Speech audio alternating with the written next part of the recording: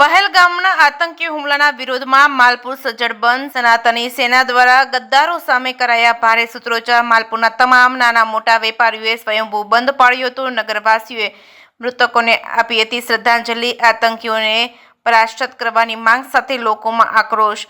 જે કેસરી ગુજરાતી સાથે મયુર પોકાર, માલપુર. પ્રદેશ અધ્યક્ષ પહેલગામના આતંકી હુમલાને માલપુરે સખત વખોડી કાઢ્યો છે. આજે સજ્જડ માલપુર બંધ છે.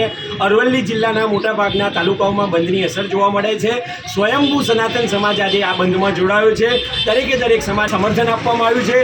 સરકારશ્રી સમક્ષ અમે માગણી કરીએ છીએ કે પહેલગામના આતંકીઓ જે એમને હુમલો કર્યો છે એમના વિરુદ્ધ કાયદેસરની કાર્યવાહી કરવામાં આવે. પાકિસ્તાનના નાપાક કૃત્યનો ઝડપી કર્યા છીએ અને જે અમારા શહીદો જે થયા છે, અમારા જે પર્યટકો, જે અમારા હિન્દુ સનાતનીઓ એમનું આ છીએ અને જે અમારા શહીદો જે થયા છે, અમારા જે પર્યટકો, જે અમારા હિન્દુ સનાતનીઓ એમનું આ દુકાળે અકાળે અવસાન થયું છે. પુલવામા આતંક દ્વારા જે નિર્દોષ લોકોને જે ગોળીથી હોમી નાખવામાં આવ્યા છે, આ દુઃખભરી બાબત છે.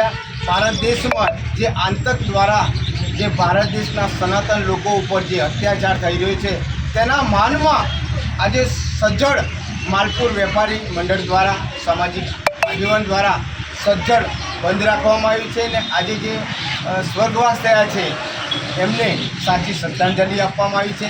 અમે સરકારશ્રીને અને નામદાર કોર્ટને વિનંતી કરીએ છીએ કે આ દેશ પગલાં ભરવા જોઈએ અને જે આ પુલવામા જે ઘટના